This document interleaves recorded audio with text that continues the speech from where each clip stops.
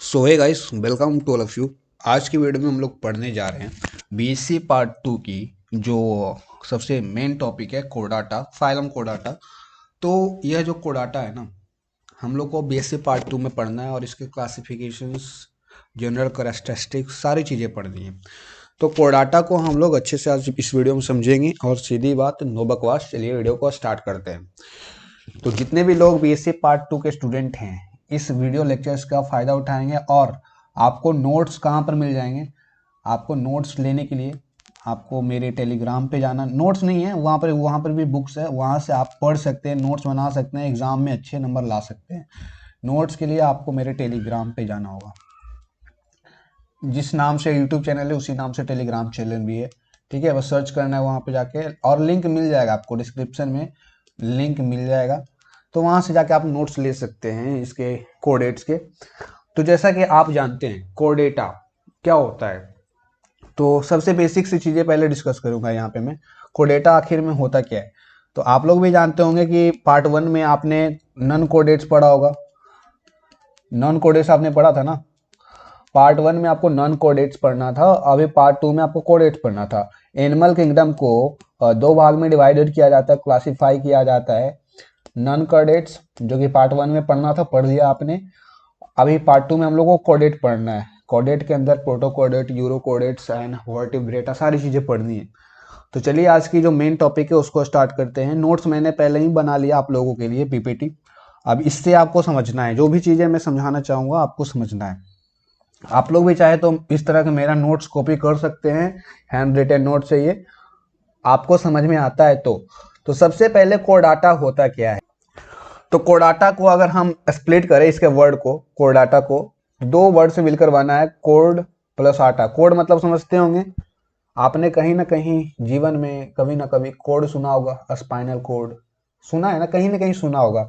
तो कोड का जो मीनिंग होता है भाई, यहाँ पर देखो, कोड का ये ग्रीक वर्ड है और इसका मीनिंग होता है स्ट्रिंग। स्ट्रिंग भी बोल सकते हैं, कोड भी बोल सकते हैं। स्ट्रिंग का हिंदी मीनिंग होता है, देसी भाषा में छड़ बोलते हैं, ठीक है। स्ट्रिंग को हम लोग छड़ कहते हैं। और छड़ कैसा होता है? घर वगैरह बनते रहता है, आप देखते ही होंगे। छड़ होता है लंबा सा, थोड़ा रोड लाइक स्ट्रक्चर होता है। तो रोड लाइक स्ट्रक्चर ये होता है। इसका सेकेंड पार्ट टू बियरिंग होता है। तो इसका सिंपल सा मीनिंग हो जाएगा, दोज एनिमल्स हु हैव और who bears rod like structure is known as कोडाटा। वैसे एनिमल जिनके पास रोड लाइक स्ट्रक्चर जैसी संरचनाएं उनके शरीर में प्रेजेंट होती है, उस एनिमल को कोडाटा कहते हैं, ठीक है। रोड लाइक स्ट्रक्चर क्या हो सकता है? रीढ़ की हड्डी आपके अंदर में है ना। नर्व कोड हो गया, ठीक है। नर्व कोड आपका क्या है? रोड लाइक स्ट्रक्चर है। तो वैसे एनिमल्स जिनमें road like structure, code like structure present होते हैं, वियर करते हैं वो लोग, वियरिंग एनिमल, उनको हम लोग कोडाटा कहते हैं। आई होप कोडाटा का ये सिंपल सा मीनिंग नहीं था, आप यहाँ पर इसका मैंने बस इसके नाम को डिफाइन करा है, ठीक है। अब इसका डिफिनेशन लिखना चाहेंगे तो आप लिख सकते हैं, the animal belonging to this phylum having a code like a structure or bear code like a structure that is a notocode present it, उसको हम लोग नोटो कोड कहते हैं, ठीक है। रोड लाइक स्ट्रक्चर को ही नोटो कोड बोलते हैं। और इसी को हम लोग, इसका दूसरा नाम भी है, आप लोग को भी पता होगा, नॉन कोऑर्डिनेट को इनवर्टिब्रेट्स कहते थे, क्योंकि वहां उनके अंदर वर्टिब्रेट्स नाम की वर्टिब्रेटर कॉलम हड्डियां वगैरह नहीं होती थी। लेकिन कोडाटा को हम लोग वर्टिब्रेट के नाम से भी जानते हैं, क्योंकि इनके अंदर हड्डियां प्रेजेंट होती है। जैसे कि मछली में कांटा प्रेजेंट होता है, अपने चिड़िया जो होती है उनके अंदर भी हड्डी होता है, ठीक है। सांप में भी हड्डी होता है, हम लोग इंसान में भी हड्डी होता है। अभी देखो ये जो कोडाटा वाला फाइल जो पढ़ने जा रहे हैं हम लोग, काफी इजी लगेगा आपको। क्यों इजी लगेगा? क्योंकि ये चीजें आप रिलेट कर पाएंगे, ठीक है। आप अपने आप से रिलेट कर पाएंगे, क्योंकि अपने आप में इंसान एक कोडाटा के एग्जाम्पल है। तो आपके सराउंडिंग में कुत्ता, बिल्ली, भैंस, मछली, सांप, आपका घर में छिपकली जो होता है, सब कोडाटा के अंदर अगत आता है। सब पक्षी जो उड़ रही है, रिप्टाइल्स जितने भी है, ठीक है, सभी कोडाटा के अंदर आते हैं। तो चीजें आप जब पढ़ेंगे ना तो आप रिलेट करके पढ़ेंगे और आपको चीजें आसान लगेगी। नॉन कोडेट्स में ऐसा नहीं था। नॉन कोडेट्स में आपने वैसे एनिमल्स के बारे में पढ़ा जो आपने कभी जिंदगी में देखा नहीं था, लेकिन कोडेट्स में आप वैसे एनिमल्स के बारे में पढ़ेंगे जो आप डे टू डे लाइफ में देखते हैं, तो चीजें आसानी से समझ में आएगी, अब आपको अच्छा भी लगेगा पढ़ने में। तो पार्ट 1 से रिलेटिवली इजी होता है, पार्ट 2 समझ में आता है चीजें क्या पढ़ रहे हैं हम लोग। और नहीं समझ में आएगा ऐसा मैं गारंटी लेता हूं कि आपको समझ में नहीं आए, आपको जरूर आएगा। तो यहाँ पर देखिए समझते हैं कि डिफिनीशन तो आपने समझ लिया ना। Those animals belonging to this phylum having code-like a structure that is notocode defined as the chordata। ठीक है, इनका दूसरा नाम भी होता है। एग्जाम्पल्स में आप जो मन में आए लिख लेंगे यार, आपकी नजर में जिनके अंदर हड्डी होती है, कुछ किसी का भी एग्जाम्पल ले सकते हो, अपने आप का भी एग्जाम्पल ले सकते हो। ह्यूमन बींग्स, मैमल्स जितने भी होते हैं वो इसके अंतर्गत आ जाते हैं। रेप्टाइल्स जितने भी होते हैं इसके अंतर्गत आ जाते हैं, रेप्टाइल्स। ठीक है, स्नेक, लिजार्ड, कोमोडो ड्रैगन, ये सारे क्या है, कोडाटा तो ही है। और फिश जितने भी आ गए हैं, वेल, शार्क, सभी क्या है, कोडाटा है। ठीक है, तो एग्जाम्पल में 2-4 एग्जाम्पल लिख लेना। जब भी एग्जाम देने जाते हो तो सबसे पहले आपको इंट्रोडक्शन देना रहता है। तो इंट्रोडक्शन इस तरह से आप दे सकते हैं कि ये एनिमल किंगडम का पार्ट्स है एंड सो ऑन। ये एनिमल किंगडम में 2 पार्ट्स होते हैं, नॉन कोडेट्स, कोडेट्स एंड कोडेट्स के बारे में फिर ऐसे करके थोड़ी चीजें समझा सकते हैं, फिर डिफिनीशन लिखेंगे। एग्जाम में कॉपी कैसे लिखे उस पर एक ऑलरेडी वीडियो बना दिया है मैंने, तो वहां से उसको देख लीजिएगा, डिस्क्रिप्शन में मिल जाएगा। ठीक है, डेफिनेशन लिख दीजिएगा, एग्जाम में एग्जाम्पल भी जरूर लिखा करिए। अब आगे बात करते हैं हम लोग। ये जो आप देख रहे हैं 65,000, ठीक है, 65,000 जो है ना, किसी किसी बुक में ऐसा बताया जाता है कि अभी पूरे वर्ल्ड में, पूरे विश्व में 65,000 क्या है, इसके स्पेसिस थे। कोडाटा के टोटल 65,000 स्पेसिस है, किसी किसी बुक्स में 55,000 दिया जाता है। तो आप ऑन एन एवरेज 60,000 लेके चलो। ठीक है, 60,000 या 55,000 ही मानो। तो इसमें क्या है ना, 25,000 स्पेसिस, लगभग आधा स्पेसिस विलुप्त हो चुका है, एक्सटिंक्ट हो चुका है, खत्म हो चुका है, अभी उसका कोई एग्जिस्टेंस नहीं है। 25,000 ही बचा है, 25,000 गायब हो चुका है, विलुप्त हो चुका है। तो इसके अभी जो वर्ल्ड है अभी के डेट में टोटल 25,000 के अराउंड स्पेसीज इसके पाए जाते हैं ऑल ओवर वर्ल्ड। और अभी हम इसको कैसे पहचानेंगे कि हाँ ये कोडाटा है। ठीक है, इसको हम कैसे पहचानेंगे, कोई भी एनिमल को देख करके कैसे बता सकते हैं कि हाँ ये कोडाटा के अंतर्गत आएगा, किसी भी एनिमल्स को आप देख के कैसे बताएंगे। तो कुछ तो ऐसी चीजें होगी, यूनिक चीजें उनके अंदर, यूनिक फीचर्स, जिसको देख करके आप आइडेंटिफाई कर सकते हैं कि हाँ ये कोडाटा है और ये नॉन कोडाटा है। नॉन कोडाटा कोडाटा के बीच में क्या डिफरेंशिएशन होता है उसका मैं आपको एक मतलब बॉक्स बना के दे दूंगा वीडियो के लास्ट में, वो पढ़ लेना। वैसे उसका कोई रिलेवेंस नहीं, आपके एग्जाम में नहीं आएगा, लेकिन सबसे लास्ट में मैं उसको डाल दूंगा। ठीक है, तो यहां पर 2 चीजें आपको जो है कोडाटा में मिलेगी, लेकिन नॉन कोडाटा में नहीं मिलेगी। ये नॉन कोडाटा से कोडाटा को अलग करता है। देखिए जो नॉन कोडेट से पोरीफेरा, सिलेंट्रेटा और जितने भी थे प्रोटोजोआ, उनके अंदर बैकबोन नाम की कोई चीज नहीं थी, नोटोकोड नाम की कोई चीज नहीं थी। आप जितने भी नॉन कोडेट्स में आपने पार्ट 1 में पढ़ा, वहां पे देखा होगा बैकबोन उनके अंदर नहीं होता था। लेकिन कोडेट्स जितने भी होंगे, कोडेट के अंतर्गत जितने भी एनिमल्स आएंगे, इसके अंतर्गत जितने भी स्पेसीज है ना, कितना स्पेसीज मैंने बताया, अभी लगभग 25-20 हजार स्पेसीज हैं धरती पे। तो सब में जितनी भी स्पेसीज है उसमें बैकबोन जरूर मिलेगा, बैकबोन जरूर पाया जाएगा, नोटोकोड जरूर पाया जाएगा। ठीक है, बैकबोन या नोटोकोड इनके अंदर जरूर मिलता है। और एक यूनिक फीचर ये भी है कि कोडाटा में टेल मिलता है। जितने भी एनिमल्स आप देखेंगे, जितने भी एनिमल्स कोडाटा के अंतर्गत आते हैं, सब में पूंछें होती है। एग्जाम्पल में मैं बताता हूं, सांप का भी होता है, छिपकली का भी पूंछ होता है, बेंग आपने देखा होगा, बेंग का भी पूंछ होता है, लेकिन दिखता नहीं है। आपने कभी गौर से बेंग को नहीं देखा है, बेंग का भी पूंछ होता है। ह्यूमंस, इंसान के भी पूंछ होती है, लेकिन अभी आपको दिखता नहीं होगा, वो मैं बताता हूँ क्यों नहीं दिखता है। आप जानते हैं नॉर्मल एक बच्चे की डिलीवरी 9 महीने में होती है, 9 मंथ में होती है कि नहीं।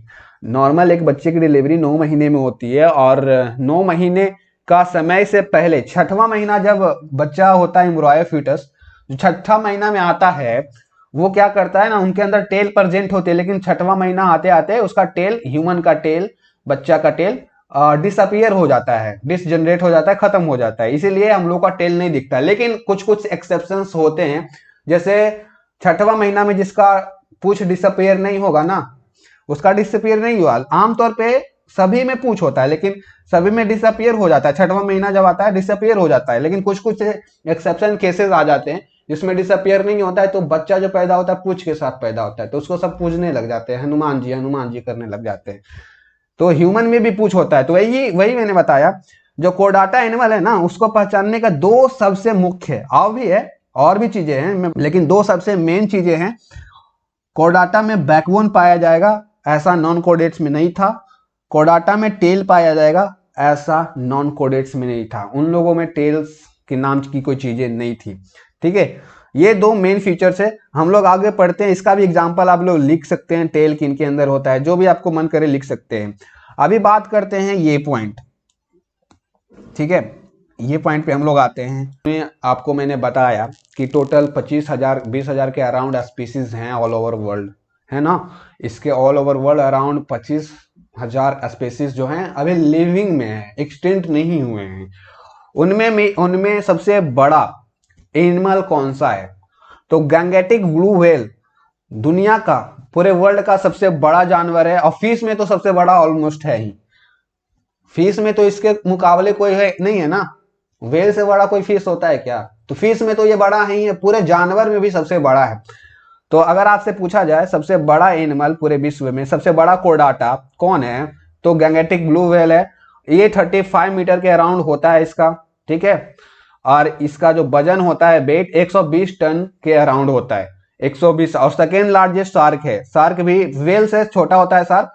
ठीक है, ये 15 मीटर का होता है लगभग, तो छोटा होता है। तो सेकेंड लार्जेस्ट एनिमल अर्थ पे शार्क है, और सबसे लार्जेस्ट एनिमल अर्थ पे all over world Gangetic blue whale है, गिगनेटिक ब्लू व्हेल है। ठीक है, और सबसे छोटा की बात करेंगे तो सबसे छोटा कोर डाटा कौन सा है? सबसे छोटा कोर डाटा कौन सा है? तो स्मॉलेस्ट की जब बात करी जाएगी तो आपने एक फिलीपींस गोबी नामक चीज सुनी होगी। फिलीपींस गोबी फिश है, स्मॉलेस्ट फिश है, ये भी एक तरह का फिश ही है जिसका नाम है फिलीपीन गोबी। ये मात्र 10 मिलीमीटर लंबा है, मात्र 10 मिलीमीटर। अब इमेजिन करो 10 मिलीमीटर है, मीटर भी नहीं मिलीमीटर, मात्र 10 मिलीमीटर ये लॉन्ग होता है। तो सबसे बड़ा कौन है? गिगनेटिक ब्लू व्हेल, और सबसे छोटा है फिलीपीन गोबी। कभी कभी ऑब्जेक्टिव में पूछ दिया जाता है, इसीलिए बता दिया। वैसे ये सारी चीजें कंपटीशन में ज्यादा पूछी जाती है, ग्रेजुएशन में तो लिखना रहता है। तो ये सारी चीजें कभी कभी ऑब्जेक्टिव आपके एग्जाम में अगर पूछा जाता है कोई भी यूनिवर्सिटी में, तो ये सारी कभी कभी पूछ ली जाती है, इसलिए मैंने बताया। अभी कोडाटा की यार कुछ बेसिक चीजें थी यार, ये सारी चीजें आपको पता होनी चाहिए थी। ठीक है, ये सारी चीजें आपको पता होनी चाहिए। अभी मेन टॉपिक पे आते हैं। आज का जो टॉपिक था जनरल कैरेक्टरिस्टिक ऑफ कोरडाटा, फाइलम कोरडाटा, और क्लासिफिकेशन ऑफ कोरडाटा, दोनों देखते हैं। ठीक है, तो सबसे पहले हम लोग ये नोट्स में मैंने यहाँ पर जनरल कैरेक्टरिस्टिक देखते हैं, क्लासिफिकेशन देखेंगे, लेकिन उससे पहले जनरल कैरेक्टरिस्टिक। तो सबसे पहले बात करेंगे इनका जो है हैबिट एंड हैबिटेट के बारे में। ये रहते कहाँ हैं और किस तरह से रहते हैं। अभी देखो, ये जो कोडाटा पढ़ रहे हो ना, एक चीज बहुत ही दिमाग खोल कर पढ़ना, कोडाटा आप ही है भाई, इंसान भी कोडाटा है। तो एग्जाम में अगर भूल जाओ ना कोडाटा के एक भी पॉइंट्स नहीं समझ में आ रहा है, तो अपने आप को देख लेना एक बार। इनका जनरल कैरेक्टरिस्टिक वही होगा जो आपका होगा। हो सकता है डिफर कर सकता है, क्योंकि कोडाटा तो बहुत तरह के होते हैं, छोटा भी होता है, छिपकली और इंसान का फीचर्स में थोड़ा बहुत अंतर हो सकता है, लेकिन कोडाटा में कुछ फीचर जो है ना सब में सिमिलर होगी। सब में जैसे बैकबोन सब में पाया जाता है ना, टेल तो सब में पाया जाता है, तो कुछ फीचर्स सिमिलर होती है। तो जब भी एग्जाम में भूलने लगो तो अपने आप को देख लेना, तो आपको चीजें याद आएगी, जनरल कैरेक्टरिस्टिक अपने आप आपको याद आ जाएगा। जैसे कि चलिए देखते हैं, जैसे कि सबसे पहले देखते हैं हैबिट एंड हैबिटेट। हम लोग समझते हैं हैबिट एंड हैबिटेट किस तरह से इन लोग का हैबिट एंड हैबिटेट। तो हैबिट एंड हैबिटेट मतलब किस तरह से रहते हैं और कहाँ रहते हैं। तो ये तीनों जगह पाए जाएंगे। अभी तीनों जगह कहने का मेरा मतलब ये होता है भाई, तीनों जगह मतलब एक्वेटिक में भी पाए जाएंगे। ये देखो शॉर्ट नोट्स बनाने का ट्रिक है। अभी आप इतना से लिखेंगे, इतना लंबा चौड़ा, फिर इसको रिवीजन करने टाइम बहुत मोटा कॉपी हो जाता है, तो रिवीजन करने में दिक्कत आती है लड़कों को। तो आप भी कोशिश करें ना शॉर्ट नोट्स बनाने का, ताकि रिवीजन करने में भी मजा आए और कॉपी कम मोटा लगे तो पढ़ने में भी इंटरेस्ट आता है। तो मैंने बोला हैबिट एंड हैबिटेट, ये तीनों जगह पाए जाएंगे। एक्वेटिक मतलब वाटर में भी, मैरीन वाटर, फ्रेश वाटर दोनों में, और टेरेस्ट्रियल में भी पाए जाएंगे। टेरेस्ट्रियल कहने का मतलब होता है जमीन पे, लैंड पे भी पाए जाएंगे, और एरियल में भी पाए जाएंगे। एरियल मतलब हवा में, हवा में पक्षी वगैरह हवा में ही रहती है ज्यादातर, उड़ती वगैरह, ईगल, जितनी भी पक्षियां हैं, एविस, सभी के एविस पूरा कहाँ पाई जाएगी? एयर में। टेरेस्ट्रियल में कौन पाए जाते हैं? हम लोग पाए जाते हैं, कोमोडो ड्रैगन होता है, बहुत सारे जो है एनिमल्स, कोर्डाटा के एनिमल्स वो जमीन पर रहते हैं। और बहुत सारे एनिमल्स, फिश हो गए, जितने भी फिश है, ब्लू व्हेल, शार्क, जो भी जितने भी हैं, सभी कहाँ पे रहते हैं? एक्वेटिक में। तो हैबिट एंड हैबिटेट, ये सभी इनका जो हैबिटेट है तो सभी पानी में रहते हैं और तीनों जगह पाए जाते हैं। तो ये पॉइंट याद रखना, आप लोगों को बस 3 लिख लेना है और फिर फ्यूचर में याद कर सकते हैं। अब इनका बॉडी पे आते हैं। बॉडी इनका किस तरह से, बॉडी सिमेट्रिकल होता है, बाई सिमेट्रिकल होता है, किस तरह से होता है? तो इनका जो बॉडी है ना भाई, बॉडी, इनका जो बॉडी है बायलेटरली सिमेट्रिकल होता है। बायलेटरली सिमेट्रिकल, बायलेटरली सिमेट्रिकल करने में का मतलब ये देखो, ये छोटुआ है, छोटुआ है ना, अभी इसको हम बीचों बीच से काटते हैं ना, एकदम बीच से फाड़ेंगे इसको, बीच से काटेंगे तो ये 2 भाग में, 2 अध्याय में बट जाएगा, 50% इधर, 50% इधर। तो वैसे चीज को जब आप किसी भी चीज को काटते हैं तो 2 इक्वल पार्ट्स में डिवाइड हो जाता है, उसको बायलेटरली सिमेट्रिकल बोलते हैं। तो इसका भी बॉडी, जितने भी कोर्डाटा आते हैं, कोर्डाटा के अंतर्गत जितने भी एनिमल्स आएंगे, जितने भी, सभी बायलेटरली सिमेट्रिकल ही पाए जाएंगे। ठीक है, कुछ एक्सेप्शंस होते हैं 1-2, तो उसको इग्नोर करके ही चलो, लेकिन सभी ऑलमोस्ट 99.9% बायलेटरली सिमेट्रिकल पाए जाते हैं। और इसका बॉडी जो होता है ट्रिप्लोब्लास्टिक टाइप का होता है। तो इसको भी ट्रिप्लोब्लास्टिक ना लिख करके हम सिर्फ 3 लिखते हैं, क्योंकि नोट्स को शॉर्ट बनाना है ना, 3 लिखेंगे तो ट्रिप्लोब्लास्टिक अपने आप याद आ जाता है। तो इसका बॉडी जो होता है ट्रिप्लोब्लास्टिक टाइप का होता है। ट्रिप्लोब्लास्टिक का मतलब क्या होता है, बहुत सारे लड़कों को नहीं पता होगा। तो जिनकी बॉडी 3 लेयर से मिलकर बनी होती है, 3 लेयर की कवरिंग होती है, मतलब आप 3 कपड़ा पहन लेंगे, एक जैकेट, एक स्वेटर और एक अंदर में शर्ट, ठीक है, तो 3 लेयर का आपका कपड़ा हो जाएगा। वैसे ही आपकी बॉडी जो है ना 3 लेयर से बनी हुई होती है। जिनकी भी बॉडी 3 लेयर से बनी हुई होती है उनको ट्रिप्लोब्लास्टिक बोलते हैं। पहला वर्ड देखो, तीनों का नाम आप लोग फेमिलियर होंगे, बहुत सारे लड़के नहीं पता होगा, इसलिए मैं इसको एक्सप्लेन कर रहा हूं।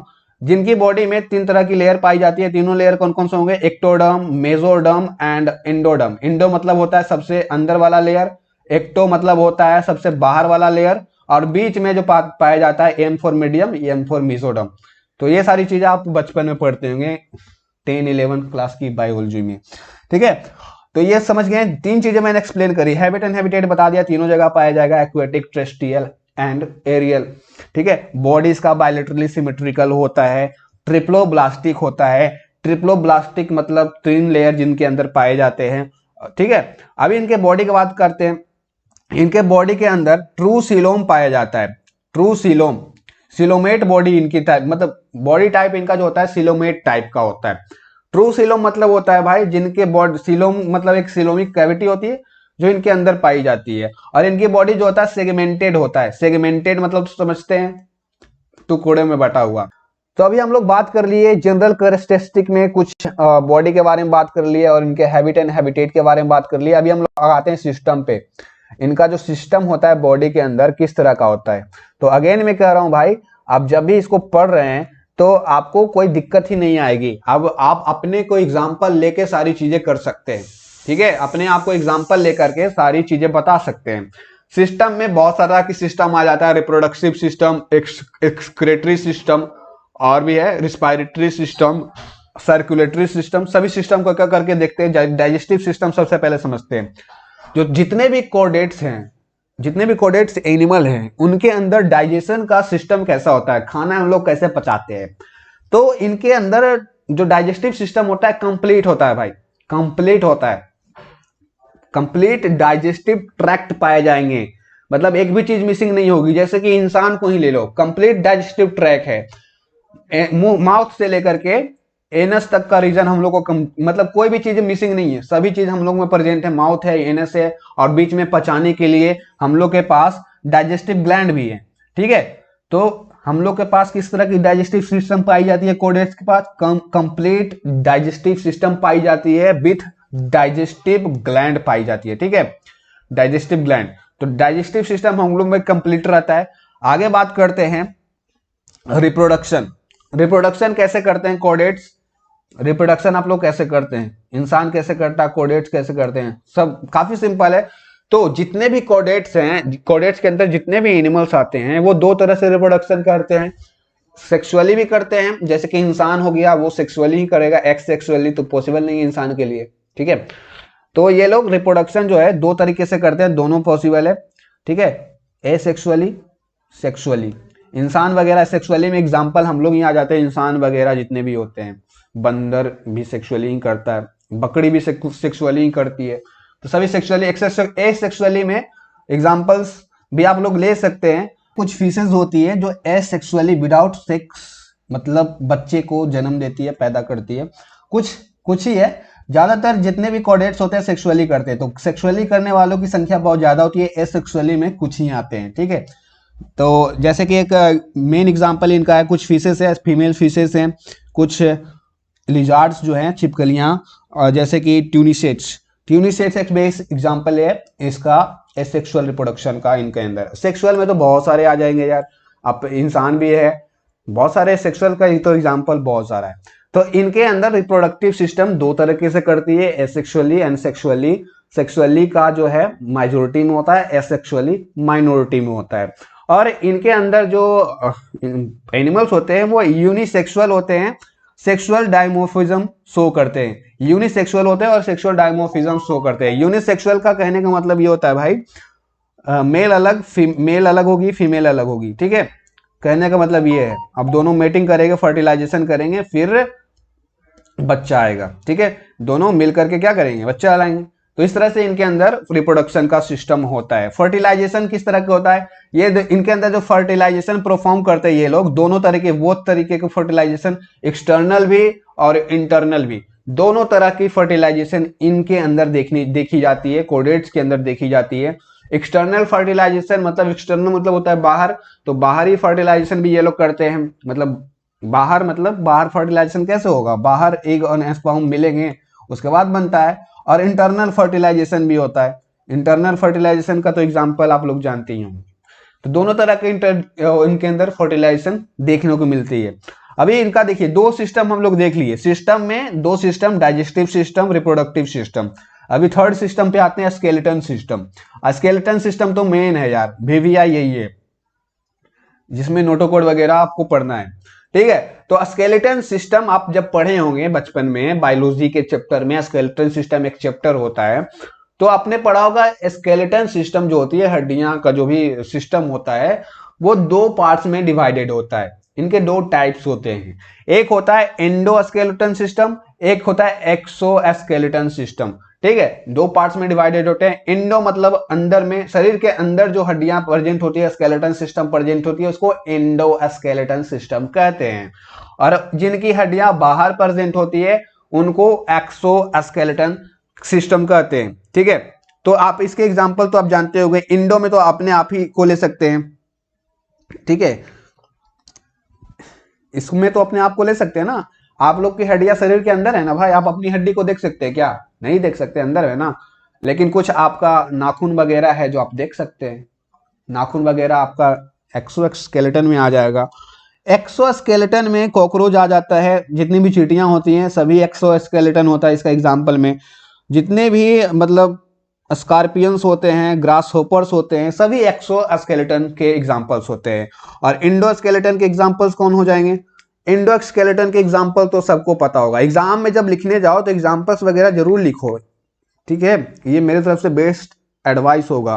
तो जितने भी मैमल्स, रेप्टाइल्स, जैसे मछलियां, जितने भी मैमल्स, ह्यूमंस आते हैं, बंदर वगैरह, सभी इंडोस्केलेटन के एग्जाम्पल्स हैं। तो ये एग्जाम्पल्स वगैरह यहाँ पर नहीं लिखा हुआ है, लेकिन दिमाग में रखना, आपको नोट्स में भी एग्जाम्पल वगैरह लिखना नहीं है, काफी इजी है एग्जाम पेपर में, लेकिन जरूर लिखना एग्जाम्पल, ठीक है। आगे चलते हैं, इनके हम लोग ने स्केलेटन सिस्टम भी अच्छे से पढ़ लिया। अभी हम लोग ब्लड वेस्कुलर सिस्टम समझते हैं।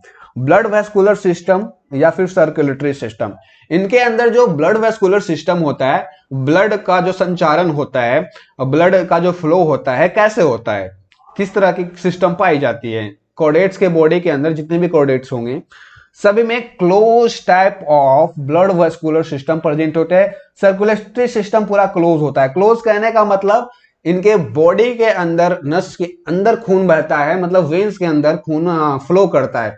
और जो open type of circulatory system होता है उसमें ऐसा कुछ नहीं होता है। Best example cockroach. कॉकरोच के through out the body blood भरी रहती है, कोई पाइप नहीं है। और इनके अंदर आरसीबी देखा जाता है, रेड ब्लड कॉर्पस, ठीक है, रेड ब्लड कॉर्पसेल्स आरबीसी पाई जाती है। तो इस तरह से इनका सर्कुलेटरी सिस्टम होता है। अभी मेन रिस्पायरेटरी सिस्टम देखते हैं। रिस्पायरेटरी, इन लोग रिस्पायरेशन सांस वगैरह कैसे लेंगे, कोर्डेट्स सांस वगैरह कैसे लेते हैं। इनकी रिस्पायरेटरी सिस्टम जो होती है, ये लोग ज्यादातर अपनी जो सांस लेते हैं, अभी ह्यूमन देखो दो तरह के एनिमल्स इसमें पाए जाएंगे। एक्वेटिक, दो तरह के नहीं तीन तरह के, एक्वेटिक, टेरेस्ट्रियल एंड एरियल। तो सभी का अलग अलग सिस्टम होगा सांस लेने का। जितने भी एक्वेटिक एनिमल्स होंगे, जितने भी एक्वेटिक्स एनिमल्स होंगे वो गिल्स से सांस लेंगे। बेस्ट एग्जांपल जितने भी फिशेस हैं, फिशेस कोरिडेट्स के एग्जांपल है। और फिशेस कहाँ से सांस लेती है, गलफड़े से, गिल्स से सांस लेती है। गिल्स स्लिट्स से सांस लेती है, ठीक है, गिल्स स्लिट्स से सांस लेती है। जितने भी एग्जांपल हैं फिश बेस्ट एग्जांपल है। और हम लोग भी कोडाटा हैं, ह्यूमंस भी कोडाटा है। तो ह्यूमन सांस कैसे लेते हैं, लंग्स भाई, लंग्स हम लोगों का बेस्ट पार्ट है सांस लेने का, मतलब one of the respiratory organ, मतलब one of the main respiratory organ है लंग्स। तो आपको रिस्पायरेटरी सिस्टम में भी दो तरह की चीजें देखने को मिल जाएगी। कुछ एनिमल्स जो पानी में पाए जाएंगे जिनके अंदर गिल्स से सांस लेते हैं, कुछ एनिमल लंग्स वगैरह से सांस लेते हैं। तो रिस्पायरेटरी सिस्टम भी कंप्लीट होता है, पूरा दम रिस्पायरेटरी सिस्टम कंप्लीट पाया जाएगा, पूरा ट्रैक्ट बना हुआ होता है, ठीक है, डाइजेस्टिव सिस्टम की तरह ही। अभी हम लोग एक्सक्रेटरी सिस्टम समझते हैं, यूरिन वगैरह कैसे बाहर निकालेंगे, ठीक है, वेस्ट मटेरियल जो होता है अपने बॉडी का वो लोग कैसे बाहर निकालते हैं, तो किडनी के थ्रू निकालते हैं। इंसान इसका बेस्ट एग्जांपल है, किडनी के थ्रू अपना एक्सक्रीशन करते हैं हम लोग। अभी किडनी के 3 पार्ट्स में डिवाइडेड किया गया है। इनके डेवलपमेंट के आधार पे, किडनी के डेवलपमेंट के आधार पे किडनी को 3 पार्ट्स में डिवाइड किया जाता है।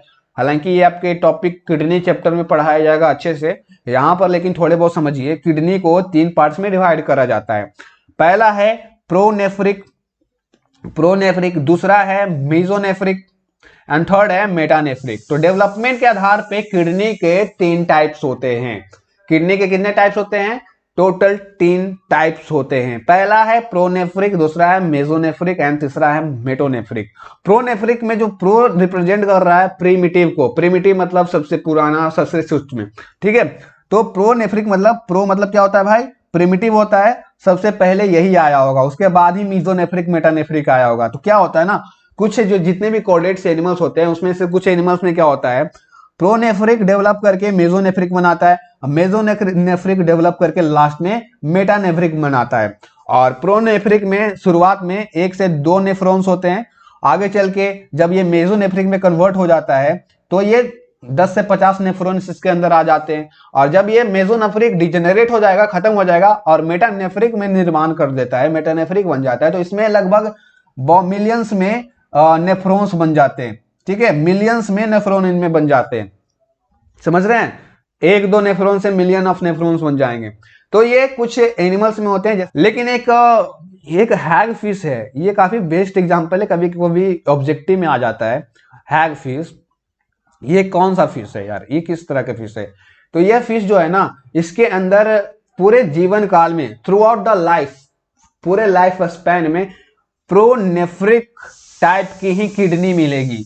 इसको आप चीर फाड़ करेंगे तो इसके अंदर प्रोनेफ्रिक टाइप ऑफ किडनी ही आप देखेंगे। इसके अंदर डेवलपमेंट होता ही नहीं है, मेसोनेफ्रिक मेटानेफ्रिक नहीं बनता है, ठीक है। तो इस एनिमल में जो प्रोनेफ्रिक टाइप की किडनी है वो परसिस्टेंट होती है, पूरे लाइफ देखने को मिलेगी। पूरे लाइफ स्टोरी में इसके अंदर क्या होती है, प्रोनेफ्रिक ही मिलेगा, डेवलपमेंट होता ही नहीं है, ठीक है। तो इस तरह से इसका आप समझ गए, एक्सक्रीटरी सिस्टम किडनी के द्वारा करता है। इस किडनी को फिर डिफाइन कर दीजिएगा और बता दीजिएगा क्या है। तो प्रोनेफ्रिक है ना, ज्यादातर एम्ब्रॉयनिक स्टेजेस, जो एम्ब्रॉयनिक स्टेजेस में जितने भी एनिमल्स के बच्चे होते हैं, एम्ब्रॉयनिक स्टेजेस में प्रोनेफ्रिक पाया जाता है। फिर जैसे जैसे एडल्ट बनता है और बड़े होते हैं हम लोग, ठीक है। तो समय के साथ ये इससे ये बदलेगा, इससे ये बदलेगा, ठीक है। एम्ब्रायोनिक, फिर थोड़ा बड़े होंगे तो इसमें ये आएगा, फिर एडल्ट होंगे तो मेटानेफ्रिक में बदल जाता है। किडनी बदलते रहता है, ये कहना है मेरा बस। लेकिन एक एनिमल है हैग फिश जिसमें नहीं बदलता है, उसमें प्रोनेफ्रिक पूरे लाइफ टाइम प्रोनेफ्रिक ही उसका किडनी रहता है, ठीक है। आई होप समझ गए होंगे। अभी हम लोग एक्सक्रेटरी सिस्टम समझ लिए, अभी नर्वस सिस्टम समझने की बारी है। नर्वस सिस्टम किस तरह का होता है? नर्वस सिस्टम कोर्डाटा में किस तरह का पाया जाएगा, ठीक है। नर्वस सिस्टम भी पूरी तरह से वेल डेवलप्ड होता है। सबसे बढ़िया एग्जांपल है ह्यूमन का ब्रेन। अभी ह्यूमन से ज्यादा कोई तेज धरती पे नहीं है, जितना ह्यूमन का ब्रेन का क्षमता है, ताकत है सोचने का, करने का, ह्यूमन से समझदार कोई है ही नहीं। तो कोर्डेटा में जो नर्वस सिस्टम होता है भाई, बहुत ही वेल डेवलप पाया जाता है, ठीक है।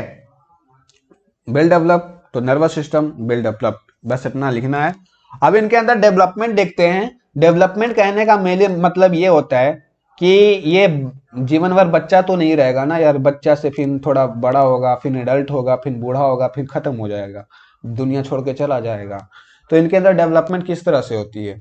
तो इनके अंदर जो डेवलपमेंट देखी जाती है वो डायरेक्ट टाइप की अब डेवलपमेंट देखी जाएगी। डायरेक्ट डेवलपमेंट, डायरेक्ट कहने का मतलब है कोई बम बखेड़ा नहीं, कोई मतलब ओल झोल नहीं, डायरेक्ट डेवलपमेंट होगा। कहने का मतलब कोई लार्वल स्टेजेस प्रेजेंट नहीं होंगे, डेवलपमेंट में कोई लार्वल स्टेजेस प्रेजेंट नहीं होंगे। एक एक मेल, एक फीमेल, दोनों ने फर्टिलाइजेशन करा, एक बच्चा आया, बच्चा फिर डेवलप करेगा, बड़ा होगा, बूढ़ा होगा, मरेगा।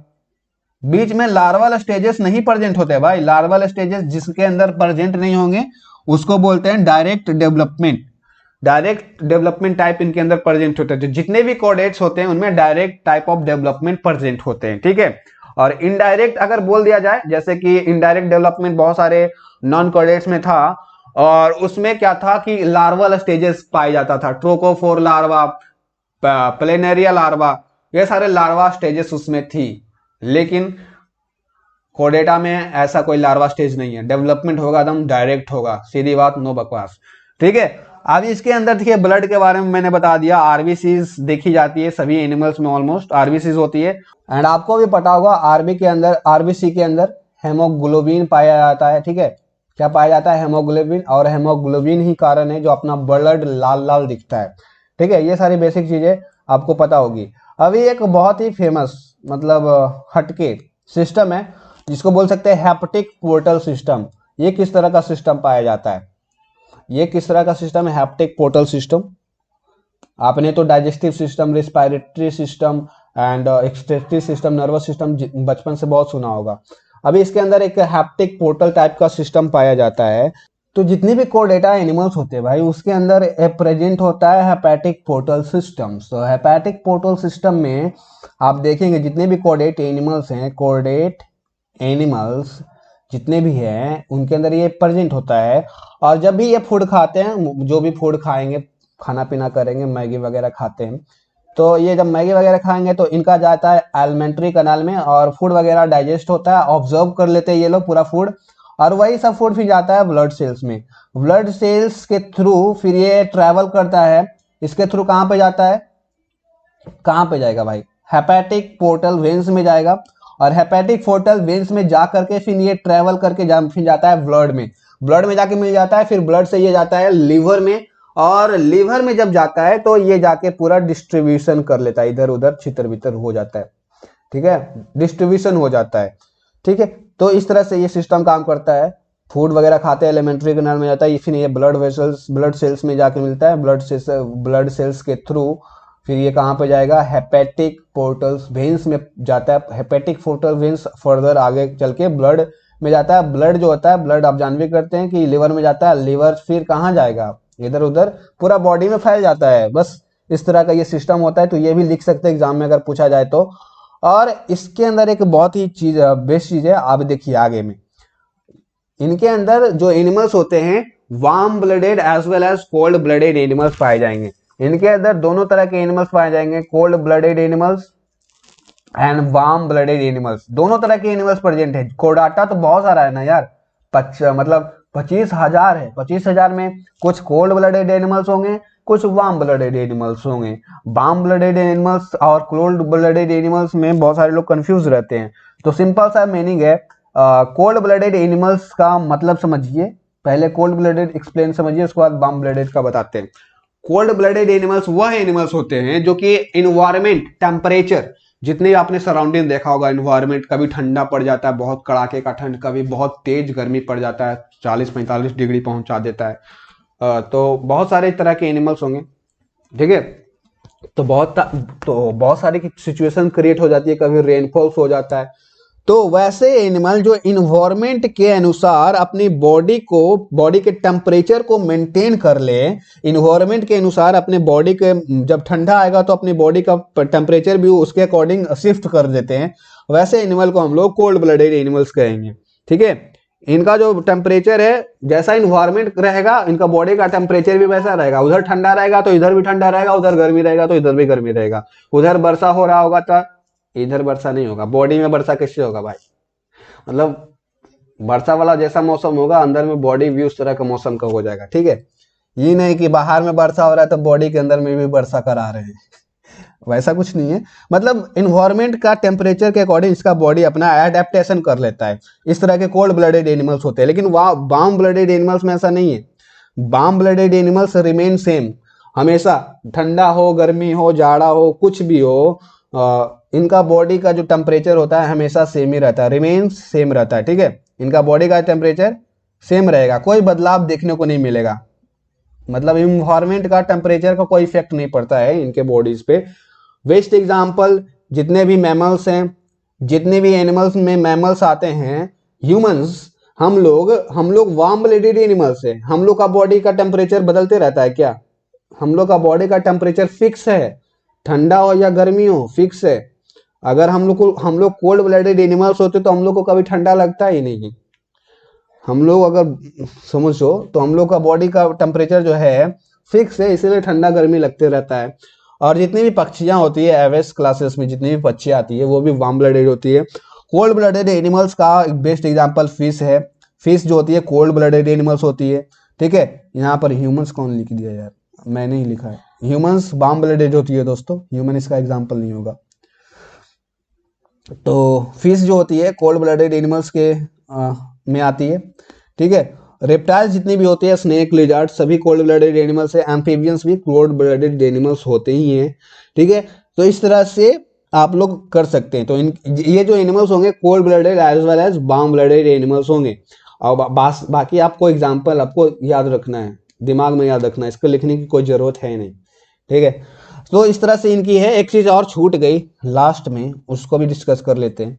इनके अंदर जो हार्ट होता है, हार्ट, दिल, काश कहीं ऐसा होता, 2 दिल होते सीने में। तो इनके अंदर जो दिल होता है भाई, हार्ट होता है, वो वेंट्रल साइड में प्रेजेंट होता है। काफी इंपॉर्टेंट क्वेश्चन बनता है यार, एग्जाम में ऑब्जेक्टिव में पूछ लिया जाता है, डोर्सल में होगा या वेंट्रल में होगा। इनका बॉडी में जो हार्ट होता है, दिल जो होता है, ये दिल गलत बना है, दिल का ये एक्चुअली अलग होता है, ये मतलब ऐसे समझाने के लिए मैंने बनाया है। तो इनका दिल जो होता है ना, हमेशा याद रखना, यूनिवर्सल ट्रूथ मार के चलना, ठीक है। कहाँ पे होता है? वेंट्रल साइड में प्रेजेंट होता है, एक्सेप्शंस को छोड़ करके। वेंट्रल साइड में इनका बॉडी का जो हार्ट होता है ऑलमोस्ट सभी में वेंट्रल साइड में प्रेजेंट होता है। डोर्सल कभी मत लगाना अगर आ जाए आपके एग्जाम में तो, ठीक है।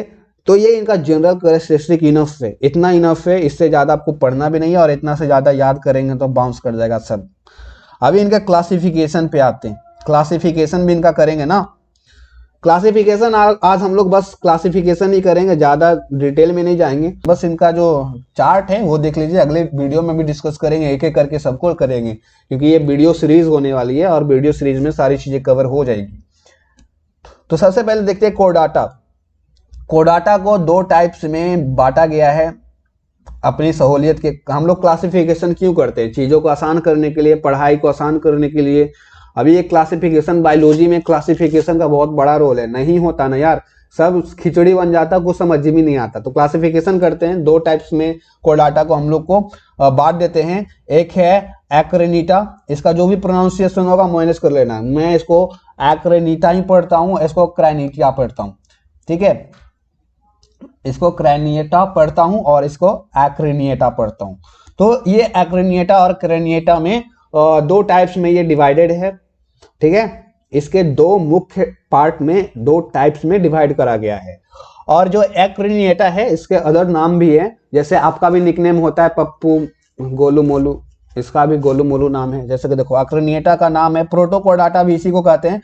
एक्रेनिएटा को ही प्रोटोकोर्डाटा हम लोग कहते हैं, और लोअर कोर्डेट्स भी इसको हम कहते हैं। तो एक्रेनिएटा को दो नाम दे सकते हैं।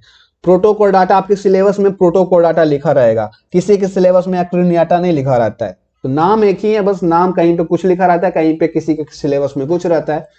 तो प्रोटोकोर्डाटा, एक्रेनिएटा या लोअर कोर्डेट्स सभी एक ही नाम है। और कर्नियाटा को हायर कोर्डेट्स कहते हैं। ठीक है, हायर कोर्डेट्स, ये लोग लोअर कोर्डेट्स होते हैं। एक्रेनिएटा जो होते हैं लोअर कोर्डेट्स होता है। लोअर कोर्डेट्स मतलब हायर कोर्डेट्स के मुकाबले लोअर होते हैं, इसके फीचर्स कुछ लोअर होंगे। लोअर कोर्डेट्स इनको क्यों कहा जा रहा है, हायर कोर्डेट्स इनको क्यों कहा जा रहा है, बहरहाल आने वाले सीरीज में आपको सभी पता चल जाएगी, क्रिस्टल क्लियर करेंगे सारी चीजों को। फिर जो ये लोअर एक्रेनिएटा है इसको हम लोग फर्दर आगे चल के दो क्लासेस में, फाइलम्स में डिवाइडेड करते हैं। एक है यूरोकोर्डाटा और एक है सीफेलोकोर्डाटा। ठीक है, अभी लेकिन देखियो बहुत सारे टीचर्स आपको पढ़ाते होंगे कोर्डाटा के 3 टाइप्स होते हैं, पढ़ाते ही होंगे। कोर्डाटा के 3 टाइप्स होते हैं। पहला बताते होंगे ये वाला यूरोकोर्डाटा, दूसरा बताते होंगे सेफेलोकोर्डाटा, एंड तीसरा बताते होंगे वर्टिब्रेटा। ठीक है, डायरेक्ट ये बताते हैं, बहुत सारे लोग ये छोड़ देते हैं, ये नहीं बताते हैं। तो मैंने यहाँ पर बीच में ये ले आया एक्रेनिएटा, और उसके बाद मैं ये बता रहा हूँ। देखो यार, ये जो आपने जो पढ़ा ना, ये वाला एक्रेनिएटा, उसी के अंतर्गत ये आ जाते हैं। एक्रेनिएटा के अंतर्गत ये दोनों आ जाएगा, ये दोनों यूरोकोर्डेट्स एंड सीफेलोकोर्डेट जो होता है लोअर कोर्डेट होता है, और ये जो आपका वर्टिब्रेटा होता है वो हायर कोर्डेट होता है। तो कोर्डेटा के 3 टाइप आप क्लासेस में डिवाइड कर सकते हैं, पहला ये, दूसरा ये, तीसरा ये। और पहला दूसरा जो है लोअर कोर्डेट्स है, और थर्ड वाला जो है वो हायर कोर्डेट्स है। इस तरह से कोर्डेटा है। अभी आगे देखते हैं आगे किस तरह से इसको बांटा गया है। तो आगे जो है वर्टिब्रेटा को देखते हैं। वर्टिब्रेटा को हम लोग फिर आगे चल के 2 सब फाइलम में इसको डिवाइड करते हैं, एक एग्नाथा और एक है गैंथोस्टोमाटा। एक है एग्नाथा और एक है गैंथोस्टोमाटा। और फिर गैंथोस्टोमाटा को अगर आगे चल के हम लोग 2 सुपर क्लासेस में डिवाइड करते हैं। ठीक है, एग्नाथा को यहीं पे रोक दो, अभी हम लोग देखते हैं कहां पे, गैंथोस्टोमाटा को। ठीक है, गैंथोस्टोमाटा को 2 सुपर क्लासेस में डिवाइड करते हैं, स्प्लिट करते हैं, पीसेस और टेट्रापोडा। टेट्रापोडा में ही हम लोग आते हैं। टेट्रापोडा में भी हम लोग कहां पे आते हैं, मैमल्स में। ठीक है, टेट्रापोडा में आपके आ जाएंगे एविस में जितनी पक्षियां आ जाएंगी, रेप्टाइल्स। ठीक है, रेप्टाइल्स, मैमल्स एंड एम्फीबियंस, जितनी भी एम्फीबियंस होते हैं वो टेट्रापोडा के अंतर्गत आते हैं। पैसेस के अंदर जितनी भी मछलियां होती है, जैसे कि पैसेस को भी इसके भी क्लासेस में डिवाइड किए गए हैं। 3 क्लासेस हैं, पिएकोड्रम, क्वाड्रिसिस्टिस और ऑस्टियोसिस्टिस। ये 3 पीसेस को 3 पार्टेड में डिवाइड किया गया है। तो आज की वीडियो के लिए बस इतना समझ लो, आगे हम लोग इसको देखेंगे और इसका कंप्लीट नोट्स आपको अवेलेबल है। जाइए आप लोग टेलीग्राम पे, आपको ये अच्छे हैंड राइटिंग में वहां पे मिलेगा, वहां पे आपको प्रिंटेड फॉर्म में मिलेगा। यहाँ तो मेरा हैंड राइटिंग हो सकता है गंदा हो, लेकिन वहां पे बहुत बढ़िया से मिल जाएगा आपको टेलीग्राम पे। लेकिन ठीक है, तो ये सब क्लासेस इसका देख लिए, सारी चीजें आपने समझ ली। अभी हम लोग एक एक करके कल की वीडियो में एक्रेनिएटा के ये जो प्रोटोकोर्डेट्स हैं ना, लोअर कोर्डेट्स को स्टार्ट करेंगे। लोअर कोर्डेट्स में भी यूरोकोर्डेट्स को देखेंगे, सीफेलोकोर्डेट्स को देखेंगे, फिर इसको स्टार्ट करेंगे। लास्ट में फिर वर्टिब्रेटा के सारी चीजें, एम्फीबिया, रेप्टिलिया, एविस, सारी चीजें देखेंगे। ठीक है, आई होप आपको वीडियो अच्छा लगा होगा। वीडियो अच्छा लगा तो अपना प्यार बनाए रखें इस चैनल पे, और ऐसे ही प्यार करते रहें, पढ़ते रहिए, आगे बढ़ते रहिए।